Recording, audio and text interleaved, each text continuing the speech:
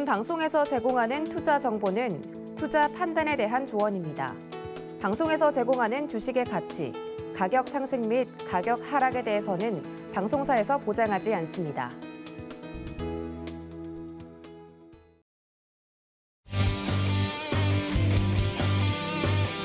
안녕하세요. 주유소 2부로 다시 돌아온 도하나입니다. 자, 오랜만에 이분을 모시게 될 것 같습니다. 시장이 이렇게 어려울 때 대체 어디서부터 무엇이 잘못됐고 그것을 바로 잡기 위해서는 지금 어떤 전략을 펼치면 좋을지 초보 투자자분들에게 길라잡이 역할을 해주실 전문위원님 오늘 모셨으니까요. 끝까지 저희와 함께 해주시면 좋을 것 같습니다. 방송 중에 노란톡과 소통할 수 있는 창은 늘 열어두고 있으니까 많은 참여 부탁드리고요. 구세주 같은 그분 지금 바로 만나보겠습니다. 함께 보시죠.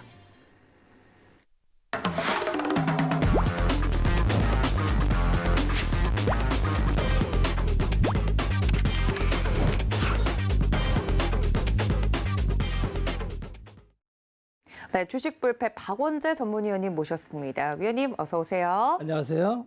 네, 저희가 정말 오랜만에 보죠, 위원님. 굉장히 오랜만에 보는 것 같아요. 그러니까요. 네. 2022년 시작된 지 얼마 안 됐는데 맞아요. 좀 긴 휴식기를 좀 갔다 보니 많은 일이 있었던 것 같아요. 예, 맞습니다. 뭐 오늘만 하더라도 뭐 3만 명 가까이 확진자 수가 네. 늘어나고 있다. 이런 이슈가 계속 나오고 있는 가운데 설 연휴 지나고 나면 뭐 2월 말에는 확진자 수가 17만 명을 찍을 수도 있겠다. 이런 우려도 나오고 있잖아요. 네. 그간 정말 많은 일들이 있었습니다. 저희가 못 만난 사이에.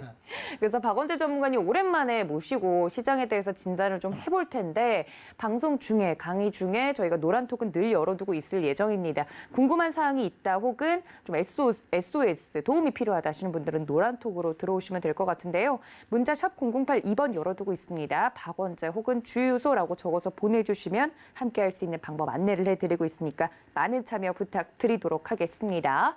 자, 박원재 위원님 어렵게 또 모셨으니까 단도직입적으로 여쭤볼게요. 네. 시장이 너무 어려워요, 전문가님. 지금 시장은 어려운 게 당연하고요. 네. 이 어려움을 해결하기 위해서는 불확실성이 좀 제거가 돼야 돼요. 네. 그런데 그 불확실성이 언제 되고 될지는 아무도 몰라요. 다만 우리가 추정컨대 이 모든 출발점은 연준이었죠. 네. 연준이 12월 달 FOMC, 9월부터 이제 바뀌었죠, 스탠스가. 작년에 계속 이어져 왔던 거는 CPI가 작년 상반기에 5%대 넘어설 때부터 출발을 했어요. 연준의 정책금리 목표는 그때는 평균 물가 목표제라 해서 2%를 타겟으로 한다 그랬어요. 그런데 CPI가 5%가 넘어서니까 괴리가 좀 많이 벌어졌잖아요. 네. 그런데도 이제 연준에서는 지금의 물가 상승은 일시적이다. 이런 얘기로 시장을 달랬죠. 그래서 다음 달에도 또 올라가도 여전히 일시적이다. 공급망이나 이게 하반기 가면은 공급망이 풀릴 것이고 그때는 이제 백신이었죠. 네. 백신이 나오면 마치 세상이 정상될 것처럼 얘기했던 게 불과 얼마 전이에요. 맞아요. 그래서 작년에는 바이 더 딥이 유효했어요. 말하자면 시장이 빠지면 연준이 형님이 알아서 뒷배를 봐주시더라. 도와줬으니까. 뭐 통화를 더 풀어주고 채권을 더 사주고 이 연준에서 정책적으로 시장 하락을 방어해 주니까 그런 국면에서는 투자하기가 편했어요. 그래서 지난 여름까지 6월까지 물경 연말에 동학개미 운동이 펼쳐지고 작년 6월까지 8개월 연속 양봉을 수직으로 그렸죠. 그러면서 이거 7월 달까지 양봉이면 코스피의 역사를 씁니다. 그래서 8년량에서는 좀 경계가 필요합니다 했던 게 지난 여름이었어요. 맞아요. 그러니까 9월 달에 이제 연준이 조금 안면을 바꾸기 시작해요. 일시적이 아닌가 보다. 요거 좀 봐야 될 것 같은데 스탠스가 좀 바뀝니다. 네. 요거 좀 면밀하게 관찰해야 된다. 그 이전에는 어떻게 됐죠? 단절시키려고 했어요. 금리 인상하고 테이퍼링하고는 전혀 관계가 없다. 우리가 테이퍼링을 실시한다 해서 금리 인상을 바로 시작한다는 시그널하고는 전혀 다르니까 우리가 금리 인상이 필요하면 얘기해 줄게. 친절하게 얘기를 했어요. 그런데 9월 달에 조금 봐야 될 것 같은데 이러다 11월 달부터 표정이 확 변합니다. 테이퍼링을 해야 되겠다는 얘기를 바로 직접적으로. 네. 훅 들어왔어요. 훅. 네, 맞아요. 아니 테이퍼링도 우리는 작년에는 안 할 줄 알았어요. 올해 들어서 테이퍼링하고 올 연말도 금리 인상 빠르고 내년이나 네. 금리 인상 이런 스케줄로 연준이 계속 시장을 안심시키다가 작년 11월부터 굉장히 긴박하게 스탠스를 바꿔요. 그렇죠. 그러다가 12월 연준 회의록이 올 1월에 나왔어요. 기억하실지 모르겠지만 제가 1월 달에 나와서 양적 긴축 얘기가 나왔어요. 그래서 제가 그때 뭐라고 말씀드렸냐면 이건 세다. 금리 인상은 시장이 지금 받아들이는데 어차피 금리 인상을 받아들이는 거는 조삼모사니까 어차피 금리는 정상화시켜야 되고 연준에서 생각하는 정상금리는 2.5% 수준이에요. 그러니까 10번에 0.25씩 금리 인상할 수가 있는데 이거를 뭐 332로 하든지 442로 하든지 이게 나누는 건 조삼모사다. 타겟팅은 2.5% 가서 보자. 그때까지 공급망이 작동이 되고 그래서 원자재발 그 코스트 푸시 인플레이션이 좀 깔아앉고 그다음에 수요 견인이 좀 가라앉아서 완만한 물가 상승이 되면 문제가 없어요. 그렇죠.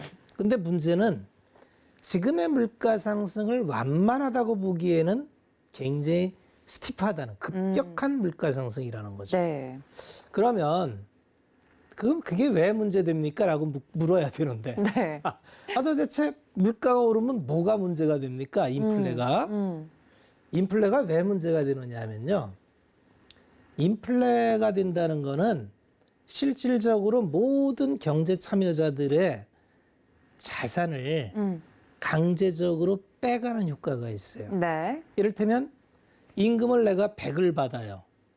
100을 받았는데 임금 인상을 잘 협상해서 5%의 임금 인상 타결을 했어. 야호. 네. 기분 좋죠? 네. 5% 오케이 됐어. 그럼 계획을 세우죠. 물가가 10% 올라. 자 그러면 나는 5%의 임금 인상을 즐거워할 게 아니에요. 그렇죠.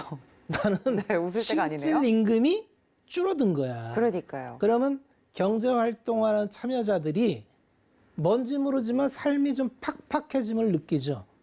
그러면 불만이 생겨요. 그래서 소비 활동을 하는데 제약이 생겨요.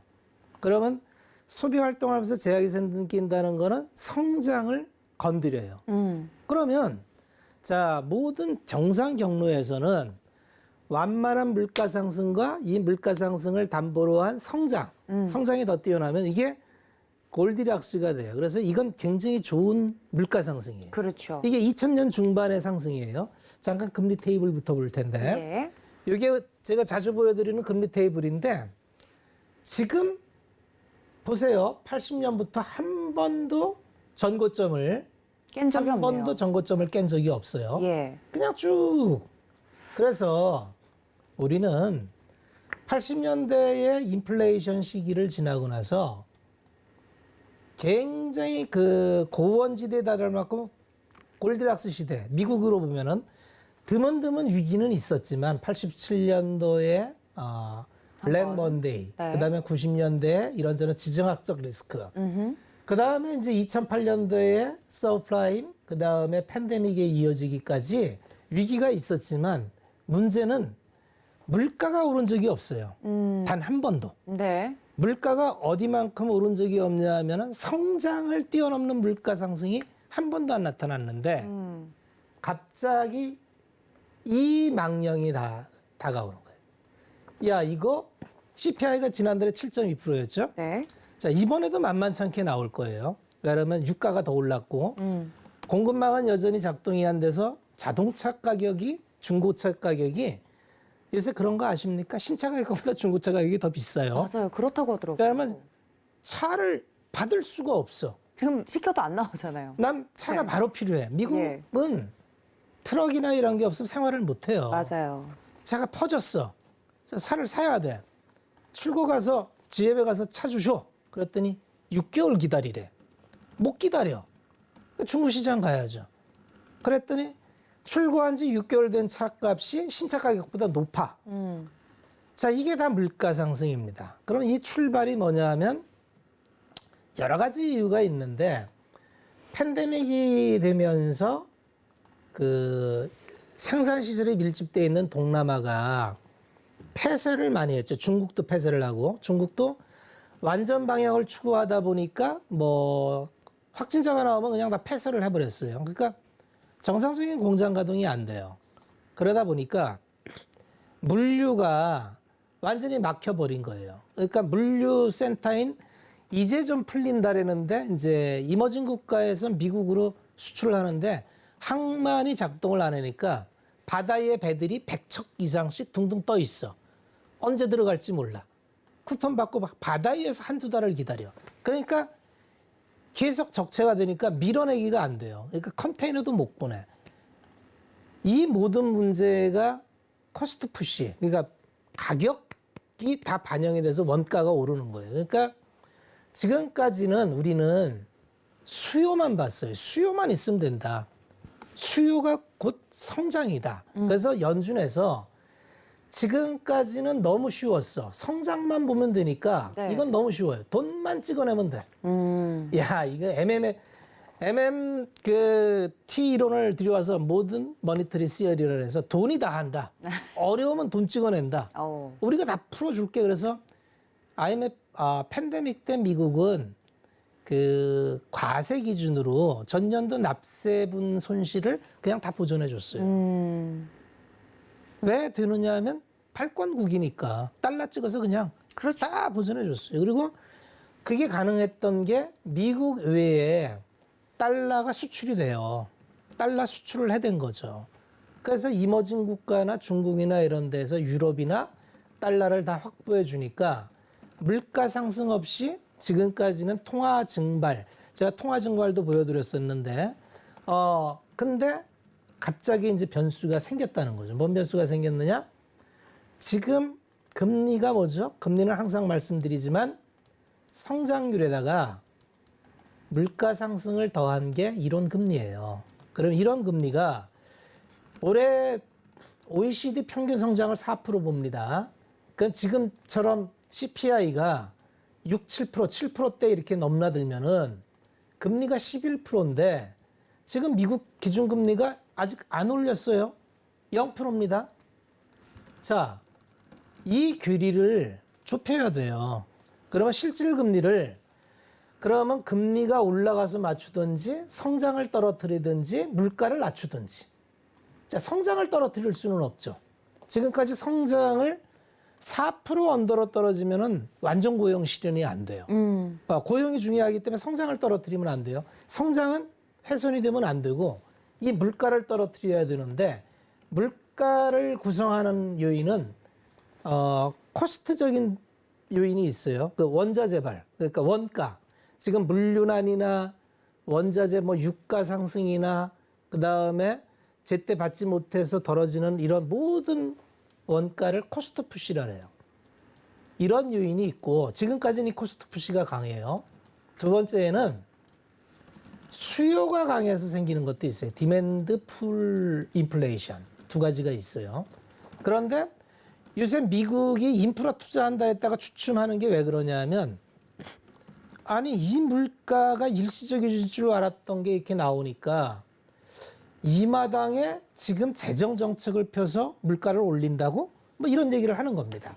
그러면 이것도 그냥 뭐 상식적이니까 보통 재정을 투입할 때 그 ISLM 모형이라는 게 있습니다. 좌측은 뭐 간단합니다. 이자율이고 오른쪽은 GDP라고 보면 돼요.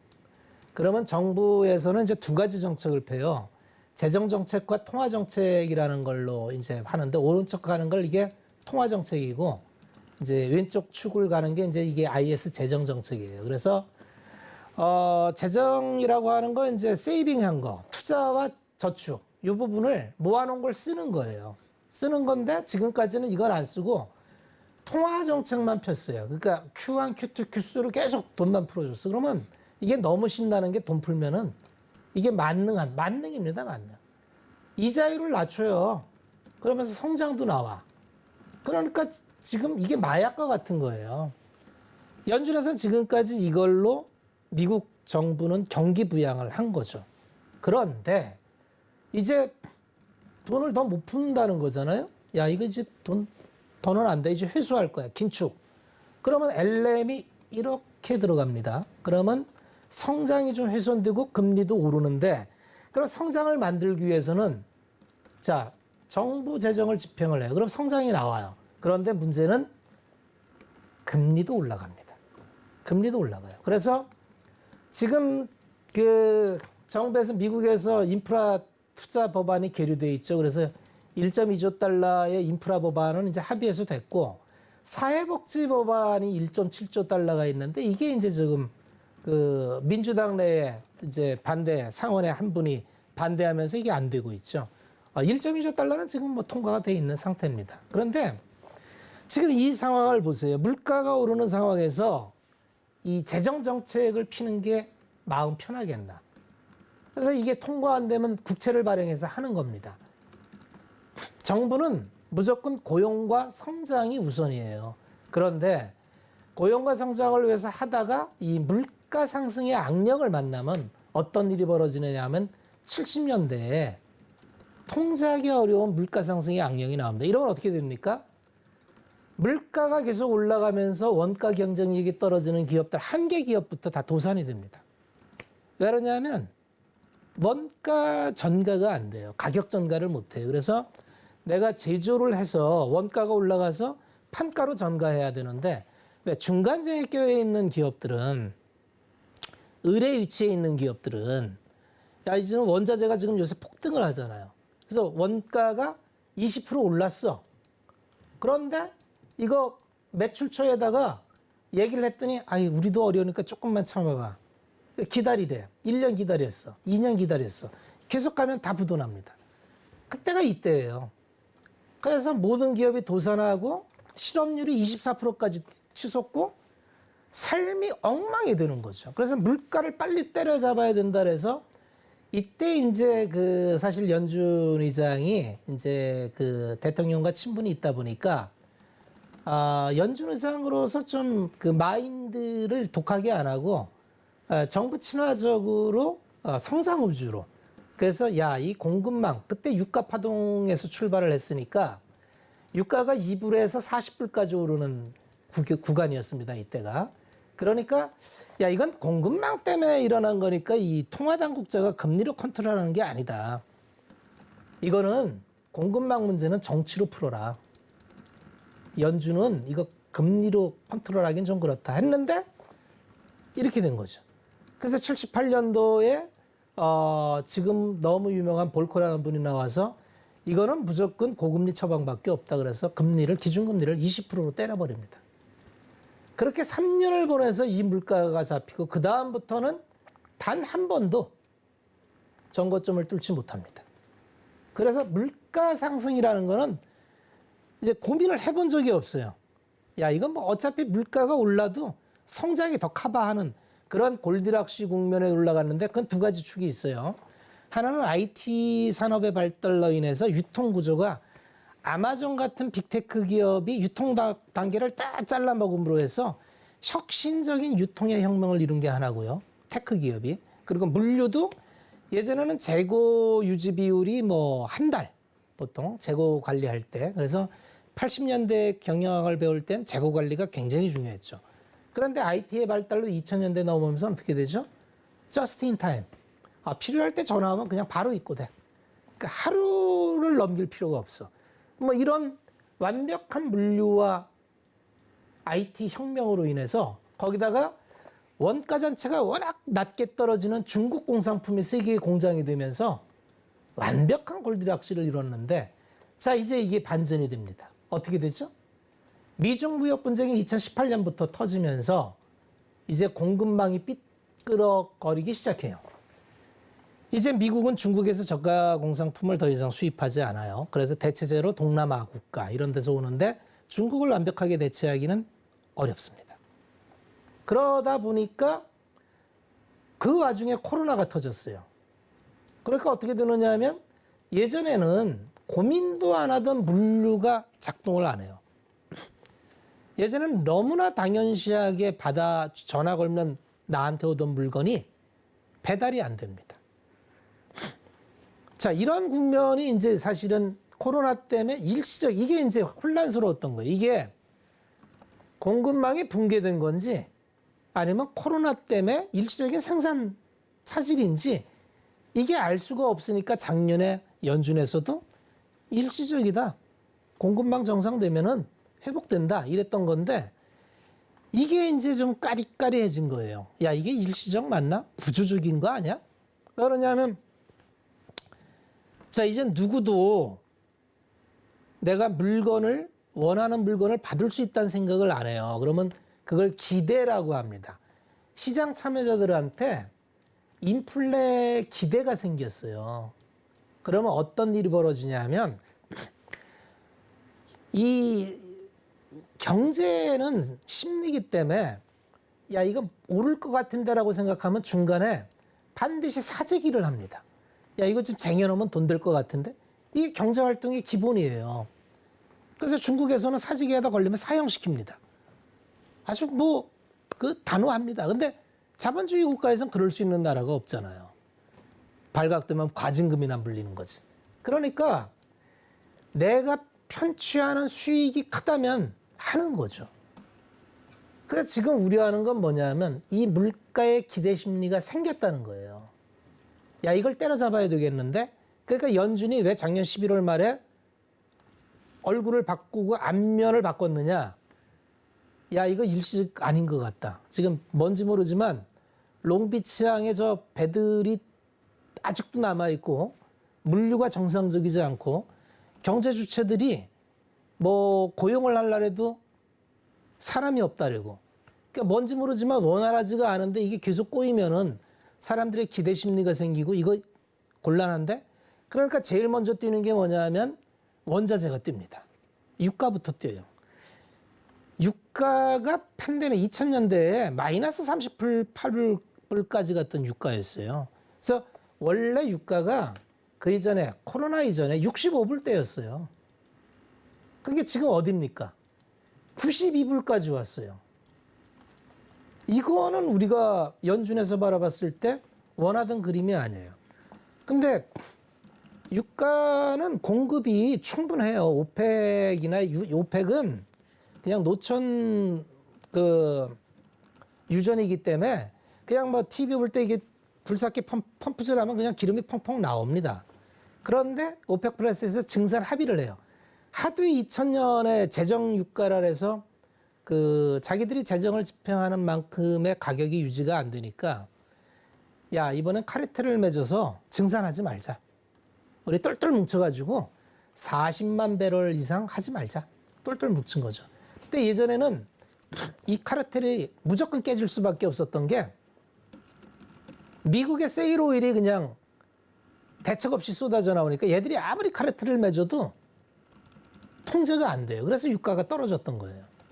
그런데 지금은 여기에 더해진 게 ESG입니다. 갑자기 뭐 탄소를 쓰면 뭐 죄악시해가지고 뭐 마치 그 좌초자산. 야, 이제 탄소 배출하는 거는 그 돈 안 돼. 큰일 나. 그거 다 없는 자산으로 쳐. 좌초자산. 그런데 이 탄소 근간의 철강, 석탄, 석유 이런 기업들이 현존하고 있고 인류는 여전히 석탄 베이스, 탄소 베이스의 경제를 떠날 수가 없어요. 우리가 실생활에서 쓰는 모든 석유화학 제품들, 에너지원, 전부 탄소 기반입니다. 근데 이게 2000년대 유럽에서 ESG 표방하면서 마치 바로 친환경으로 모두가 갈 것처럼 얘기를 했는데 그때 제가 방송에서 말씀드렸던 그린플레이션의 역습이 들어온 거예요. 야, 이거 좋은데, 이거 뭐 지구를 지키는 거 좋은데 그 전에 우리가 다 굶어 죽으면 어떡하지? 이렇게 된 겁니다. 자, 유가가 이러다가 120불 가면 어떡하지? 이렇게 되는 거예요. 왜 이러느냐? 쉐일에 투자를 안 합니다. 왜 그러냐면 ESG 어쩌고 저쩌고 하면서 쉐일 투자 기업이 다 파산했어요. 그러니까 거기에 투자했던 사람들이 좋은 꼴을 못 봐요. 그러니까 이제는 지금 유가가 올라오니까 돈 벌어요. 그럼 이게 유정을 재투자해서 리그를 늘리고 파내야 되는데 그냥 배당 처리하고 마는 거예요.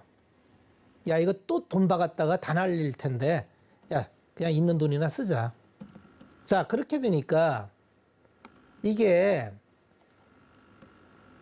이 구성의 오류가 발생을 하는 거예요. 하나하나 보면 오른데 모아놓으니까 엉망이 돼버리는 거죠.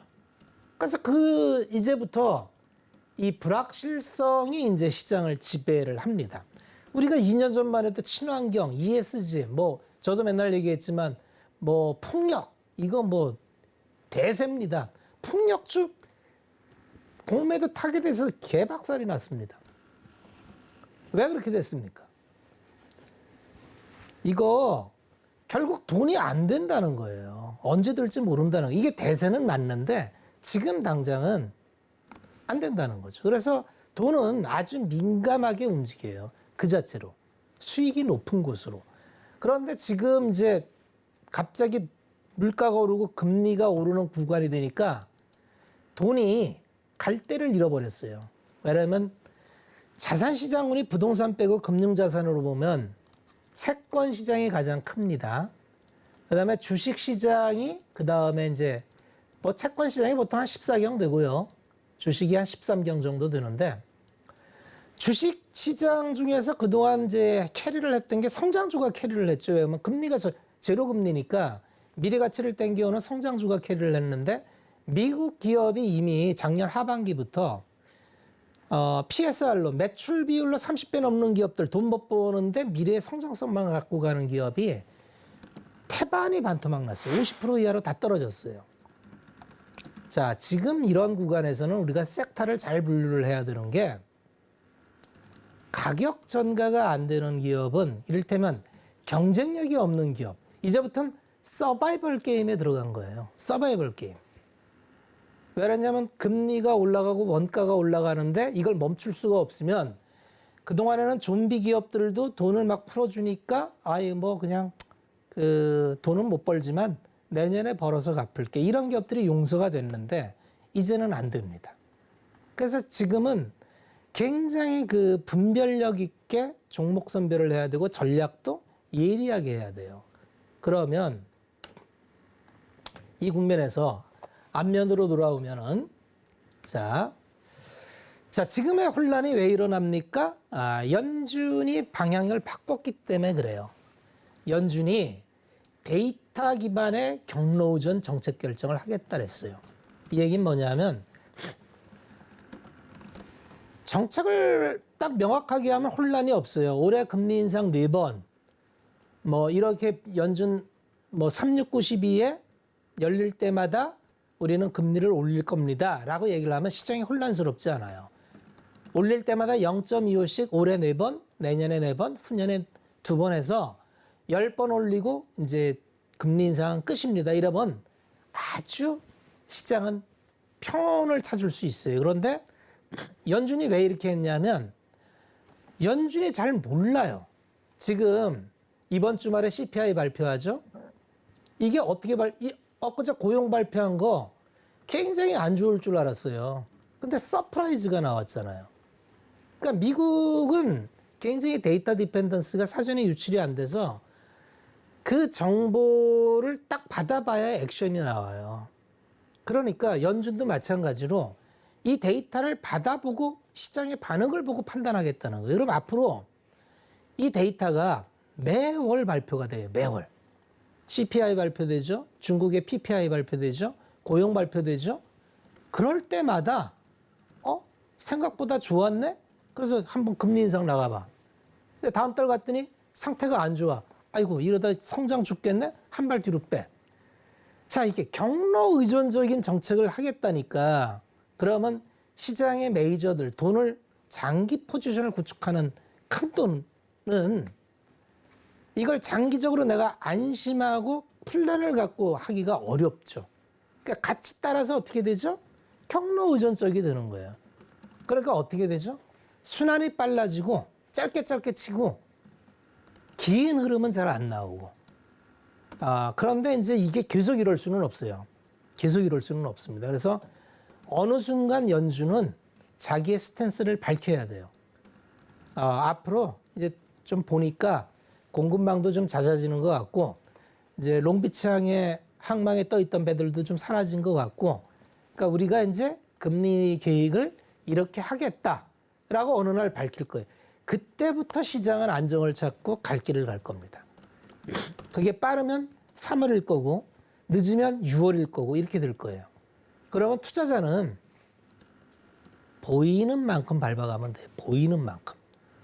그러니까 지금은 섹터가 이제 불확실한 섹터는 굉장히 변동성이 크기 때문에 이 변동성을 견딜 수가 없어요. 그러면 지금 확실하게 보이는 섹터가 뭔가요? 네, 금리 인상. 금리 인상은 정한 길이잖아요. 정한 길. 자, 금리 인상을 하면 수혜주는 뭐죠? 맨날 말씀드리지만 은행 보험. 자, 이런 쪽은 앞으로 가는 방향에서 계속 그 흔들림이 변동성이 생기질 않고 좋은 쪽으로 수혜를 받으니까 이런 쪽은 뭐 그러니까 작년에 저희가 이제 그 뭐죠? 블랙 라벨 방송 시간 네. 계속 드렸던 말씀대로 사실은 그대로 가고 있어요. 그래서 그때 이제 뭐 그렇게 얘기를 드렸었는데 사실은 이제 항상 우리 투자하시는 분들이 이제 과거의 경험에 많이 이제 인지가 돼 있다 보니까 2020년, 2021년 상반기까지 뭐 건드리면 100%짜리가 많았잖아요. 사실 그때가 비정상적인 시장인데 그러니까 안정적으로 30% 이러면 아이 무슨 주식하면서 뭐 은행 같은 거 야 그건 좀 아닌 것 같아. 근데 지금 보십시오. 결국 투자라는 거는 확실한 거를 하나하나 담아가는 걸 쌓아가서 누적하는 그런 겁니다. 한 방이 아니고 계속 보이는 만큼 밟아가는 거예요. 근데 앞으로도 유가 뭐 특히 그 원자재 요새 2차 전지 소재 단도 리튬하고 니켈 뭐 구리 이런 게 그냥 계속 원자재가 오르잖아요. 그러니까 이게 원가 코스트 푸시가 돼서 지금 2차 전지 배터리 가격도 올려야 된다는 거거든요. 이게 그러면 앞으로 배터리 가격을 계속 하향해서 내연기관차와 손익분기를 맞춰서 그리드 패러티를 맞춰서 역전시키겠다는 건데 이것도 고민이 되는 거예요. 그러니까 오늘 중국에서 탄소 중립에 대해서 후퇴하는 발언을 했죠. 25년까지 하겠다는 걸 30년까지 한다니까 당장 2차 전지주가 오늘 폭락을 했잖아요. CATL 오늘 심하게 빠졌죠. 그래서 이게 다 경로 의존적이다. 이게 그럼 앞으로 요새 음식료줄이 좋은데 왜 좋았냐면 가격 전가를 많이 했어요. 이제 주류 가격도 지금 7년 만에 인상 계획이 있다래죠. 이제 소주 한 병을 식당에서 마시려면 5,000원 시대가 옵니다. 둘이서 5병 먹으면 소주값만 25,000원이에요. 어우. 만만치 않습니다. 예. 네, 그래서 자, 근데 문제는 이 곡물이 이게 또 문제예요. 이 곡물이 비료 베이스로 이제 산출량을 나와야 되는데 이 원자재와 곡물의 제일 문제가 편재성이 강해요. 이 나는 곳에서만 나. 나는 곳에서만 나다 보니까 이게 자원 민족주의가 돼요. 그래서 야 이거 가만히 보니까 다들 뭐 석유도 무기화하고 그러는데 우리 곡물도 한번 이거 해볼까? 이게 사재기 심리예요, 이게 다. 그러니까 앞으로 경제 경로가 좀 평탄치가 않은 게 잘 돌아갈 때는 누구도 이런 생각을 안 하는데 이게 마찰적 요인이 생기면은 다들 각자 도생하면서 자기 이익의 극대화를 위해서 이제 자유무역주의는 없어졌잖아요. 나만 살겠다고 다 보유무역하고 그 다음에 관세 때리고 뭐 이런 식으로 가다 보면 물류가 삐그덕거리는 거고 그 앞으로 경로가 어떻게 될지는 봐야 된다는 거죠. 그래서 임금도 계속 오르는데 임금 오르는 거는 관계가 없어요. 결국은 수요이기 때문에 이 이상 성장이 나오면 되는데 문제는 통제 불가능한 임금 상승 이상으로 물가가 올라가면 이거는 답이 없습니다. 이거는 잡아야 돼요. 그래서 연준이 한번 해보는 거예요. 이제 잡겠다고. 이제 칼을 뺐어요. 이 칼을 못 집어넣습니다. 뭐라도 휘둘러야 돼요. 시장이 어디까지 반영했을까요?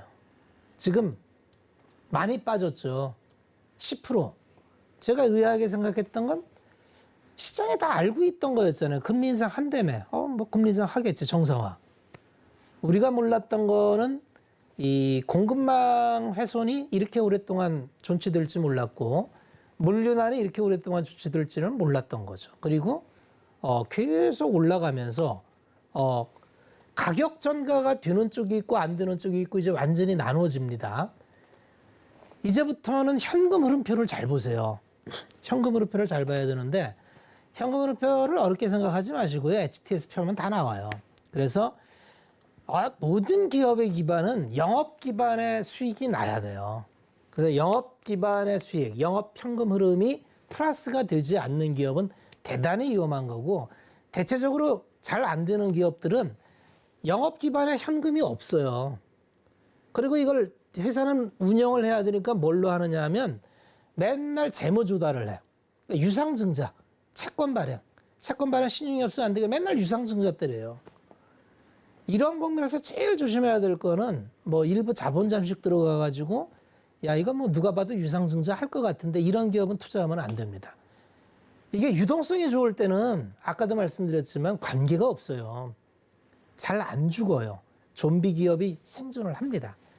그런데 금리 인상기에 가면은 시장이 안 봐줘요. 그래서 하이힐드 스프레드가 쭉쭉 올라가는 그런 구간이 나와요. 그래서 작년까지만 해도 좀 대충 해도 괜찮았는데 올해부터는 굉장히 그 세밀하게 봐야 되고 투자 종목 선정하는 것과 전략을 잘 봐야 돼요. 두 가지예요. 장기적으로 방향이 나오는 게 있어요.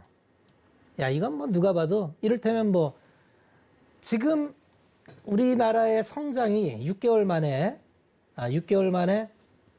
EPS가 상향됐습니다. EPS가 상향이 됐는데 이게 이제 신영증권 박소영 애널이 쓴 자료인데 이게 6개월 만에 도 작년 가을부터 떨어지기 시작해서 EPS 추정치가 계속 떨어졌잖아요. 그런데 처음으로 올라왔어요. 근데 이게 누가 올랐느냐? 반도체가 다 올려요. 반도체가 다 올려요. 결국은 실적이에요. 근데 올해 EPS 상향 근거의 대부분이 반도체입니다. 그럼 반도체 섹터는 다른 섹터보다는 조금 덜 고민해도 돼요. 두 번째는 EPS 상향이 이제 반도체가 다 했는데 그 밖에 이제 올해 좀 전년 대비해서 EPS 상향 기저효과로 올라오는 게 이제 또 하나의 방향이 뭐냐면 이제 그 코로나는 이제 엔데믹으로 가잖아요. 올 연말에 아까 도앵커께서 20만, 그럼 대기 수요 300만. 아니 그럼 다 그냥 집에 있으면 소는 누가 키워요? 그러니까 우리는 생활 방역으로 가야 돼요. 네. 그러니까 이제 이게 리오프닝은 작년부터 우리가 뭐 리오프닝 얘기했다가 기대했다 들어가면 또 물려. 야 이번엔 진짜 리오프닝이야 했다가 여행항공 뭐 그죠? 카지노 뭐 화장품, 의류, 신발 이런 거 사야 돼. 이거 몇 번 속았죠. 이번에는 좀 다를 것 같아요. 왜 그러냐면 이젠 진짜 빗장 안 닫고 다 열잖아요. 중국도 올림픽 끝나면 완전 방역을 포기해야 돼요. 왜냐면 작년 한 해 동안 너무 통제를 해서 중국 성장이 정말 심각하게 많이 떨어졌어요. 그러면 결국은 일자리가 이제 가장 중요한데 일자리를 지키려면 결국은 풀어야 돼요. 그래서 리오프닝이 또 방향 나오는 한 축. 그 다음에 새로운 세상을 여는 NFT, 메타버스. 요새 이제 작년에 핫하다가 요새 많이 죽었죠.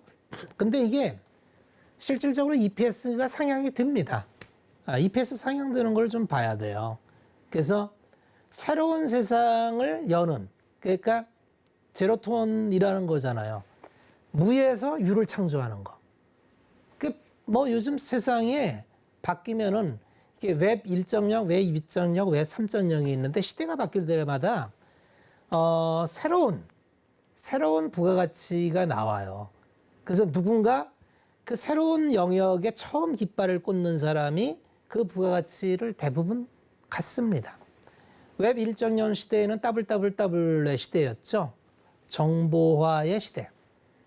80년대까지만 해도 정보가 딱 정보 취득 범위가 신분에 따라서 달라졌어요. 그래서 대표가 받아들이는 정보와 임원이 받아들이는 정보와 부장, 차과장, 대리, 사원 이게 왜 직급이 필요했냐면 정보의 취득 범위가 달랐어요.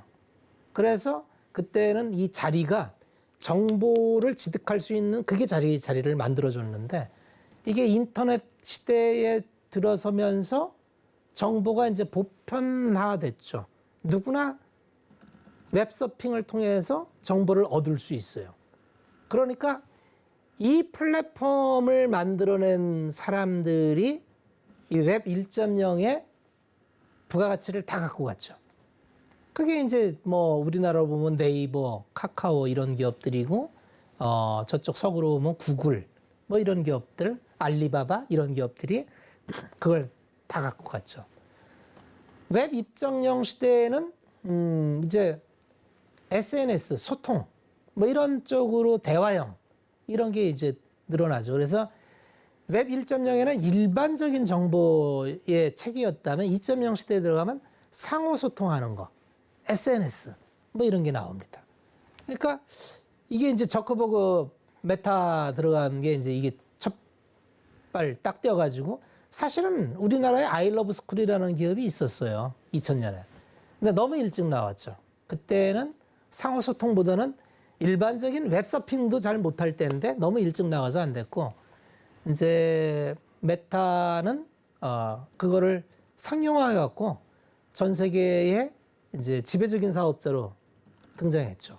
이번에 이제 새로운 그 사업 모델에 대한 부진한 성과로 좀 충격을 받긴 했습니다만 웹 3.0은 이제 웹 3.0 시대로 들어갑니다.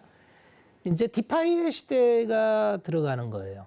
탈중앙화, 그러니까 분산화, 그 다음에 개별 소유, 등기, 뭐 이런 걸 가는 거예요. 이게 이제 결국은 NFT나 그 다음에 코인이나 이게 새로운 생태계가 형성이 되는 거죠. 그 다음에 온라인의 아바타, 뭐 이런 게 이제 가는데 이게 새로 시작하는 거예요.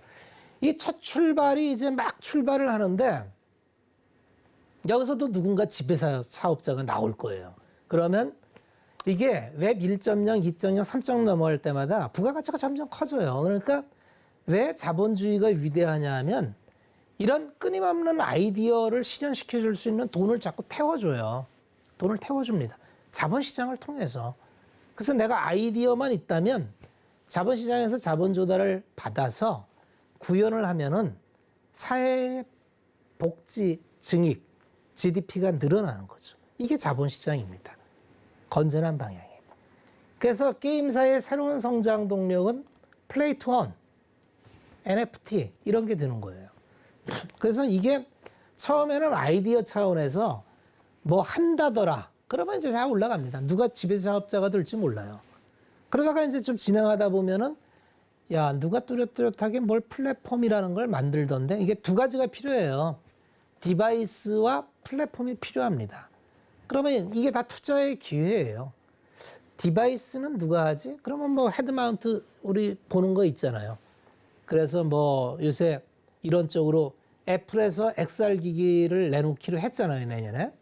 그래서 이런 게 생태계를 만들어가는 과정이고, 그럼 이거 인프라를 만들기 위해서 뭐 5G 넘어서 6G까지 넘어가는 거고, 산업을 이런 식으로 이해해 나가다 보면 투자 종목이 자연스럽게 시대에 맞는 그런 그림이 나옵니다. 그래서 투자는 그냥 차트 보고 이게 줄 긋고 이렇게 하는 게 아니에요. 계속 시대의 흐름을 따라가면서 어떤 사업자가 지배사업자가 될까? 그러니까 제로 투 원이 될까? 제로 투 원이 아니라 제로 투 만 뭐 이렇게 되잖아요. 먼저 깃발 꽂는 사람이 다 가져요. 저커버그가 그냥 대학생 때 창업 동아리 창고에서 만든 걸로 1000조를 만들잖아요. 1000조. 1000조. 근데 그 주변까지 보세요. 그게 경제입니다. 근데 그 새로운 길이 또 열렸어요. 그게 뭐죠? 예, 웹 3.0. 그래서 이거를 시간이 많이 가서 그냥 쭉쭉쭉쭉 읽어드릴게요. 자, 이제 그 게임 게임의 새로운 형태를 만들게 위메이드라는 기업이 NFT 마켓플레이스를 합니다. 근데 위메이드가 3년 전에 남보다 먼저 이제 지각 있게 깨인 거죠. 그래서 야, 뭔지 모르지만 우리가 그 게임하는 사람들이 과금 때문에 문제가 많았잖아요. 너무 과금을 많이 한다. 그래서 이게 이제 그 뽑기 게임, 뭐 확률력 아이템 게임 이런 것 때문에 이제 우리 그 MMORPG 게임들이 문제가 많았는데, 야, 이거 발상을 전환해서 게이머들이 좀 돈을 벌게 하는 방법이 없을까? 이런 식으로. 플레이 투 원. 그래서 이거를 이제 마켓플레이스를 환전하는 걸로 이제 코인 시장하고 만들어서 위믹스라는 생태계를 만들었죠. 그래서 이게 클레이턴 기반의 위믹스 플랫폼을 만들었는데, 여기는 지금 이게 위믹스를 12억 개 만들어서 매월 1000만 개를 판매를 하잖아요. 근데 위믹스 코인이 그 100원에서 출발해서 26,000원까지 갔으니까 아마 이번 실적 발표, 이번 주에 발표될 텐데 아마 대단히 큰 금액이 수익으로 잡힐 겁니다. 기타 수익으로. 이게 남들이 안 간 거를 먼저 선점했기 때문에 만들어낸 부가가치예요. 그래서 위메이드가 이런 거 플랫폼을 만들어내서 지금 하고 있어요. 근데 컴투스, 그 다음에 컴투스도 컴투스 홀드, 얘네는 게임빌이었는데, 야, 우리도 이거 할 수 있어. 그래서 테라 블록체인 기반의 NFT 마켓플레이스를 출발을 하고요. 이제 C2X 발행, 이것도 메타버스 관련해서 컴투버스를 하죠. 컴투스에서 이렇게 생태계를 만들고 있어요. 카카오 게임즈는 이제 투데이즈라는 걸로 해서 보라코인을 하고 있죠. 지금 코인을 하고 있는 게 카카오 게임즈의 보라코인과 위메이드의 위믹스 코인 두 개가 있어요. 나머지들을 다 준비를 하죠. 근데 이게 먼저 선점을 하면은 선점 효과가 대단히 커요. 그래서 어차피 중소형 게임사들은 내가 이제 좋은 게임 하나 있고 플레이어들 많은데 생태계를 확장하고 싶은데 내가 하기 좀 역부족이야. 그럼 내가 굳이 안 해도 돼요. 잘 돼 있는 위믹스 코인 같은 데 붙이면 됩니다. 그래서 위메이드가 뭐 한 100개까지 그렇게 론칭하겠다라는데 이런 걸 잘 추적해 봐야 돼요. 그러면서 어떤 기회가 있을까? 그러니까 뭐 이름 난 데는 다 합니다. NC소프트 한 달이고 넷마블도 한 달이고. 근데 여기는 아직까지 구체적인 계획은 없어요. 펄어비스가 얼마 전에 이제 도깨비를 이제 하기로 했는데 이게 메타버스 버전 콘텐츠로 하기로 했어요. 근데 이게 이제 티저 영상 나왔는데 거의 대박입니다. 그러니까 펄어비스는 좀 명작을 잘 만들어요. 그래서 정말 게임을 좋아하는 매니아들은 펄어비스를 좋아하지 않을 수가 없을 것 같아요. 근데 내년인데 좀 이른데 이미 주가는 좀 많이 반영을 했죠.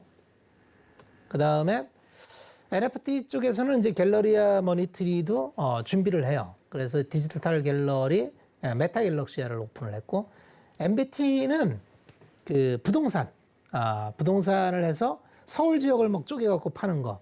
요게 이제 뭐 몇 개 있죠. 부동산 뭐 달나라 땅도 판다는 거. 이게 봉익인 선달이 되니까 하는 거예요. 누군가 아이디어 내서 그냥 깃발 꽂아서 내 걸로 만드는 거죠. 이런 기업들을 잘 봐야 돼요. 아프리카 TV도 이 BJ의 아바타를 판매했고요. 다날은 이게 여기도 이제 NFT 기반을 만들어서 하고 있어요. 서울 옥션은 이제 앞으로 이 옥션도 잘 봐야 돼요. 옥션도 MZ 세대에서는 이제 이런 쪽에 관심이 많죠. 자기 지분에 대한 거, 뭐 그런 것들이 있습니다. 이거 차트를 보고 좀 제가 해드리려고 했는데 제가 저 시간 안배를 잘 못해서 오늘도 그냥 이렇게까지만 하고 마무리를 하도록 해요. 어쨌든 이런 방향이 있으니까 뭐 궁금하시면은 제가 가끔 공방할 때 들어오시면은 이어갈 수 있습니다. 오늘은 여기까지 하겠습니다. 네, 뭐 시간 안배를 잘 못한 것 같다 이렇게 이야기를 하셨는데 듣는 분들은 그래서 뒤가 너무 궁금하다 하실 것 같아요. 그러신 분들은요, 저희 공개 방송 안내는 이 노란톡에서 들어오면 들어보실 수 있으니까 문자 샵 0082번으로 박원재 혹은 주유소라고 적어서 보내주시면 해당 공개 방송에 대한 내용도 이쪽에서 안내를 좀 드리도록 하겠습니다. QR코드 통해서도 들어오실 수 있으니까 지금 바로 참여해 보시고요.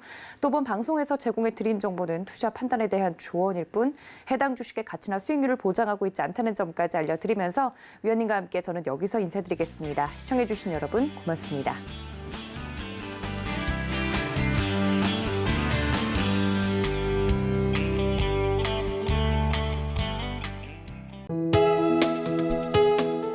본 방송에서 제공하는 투자 정보는 투자 판단에 대한 조언입니다. 방송에서 제공하는 주식의 가치, 가격 상승 및 가격 하락에 대해서는 방송사에서 보장하지 않습니다.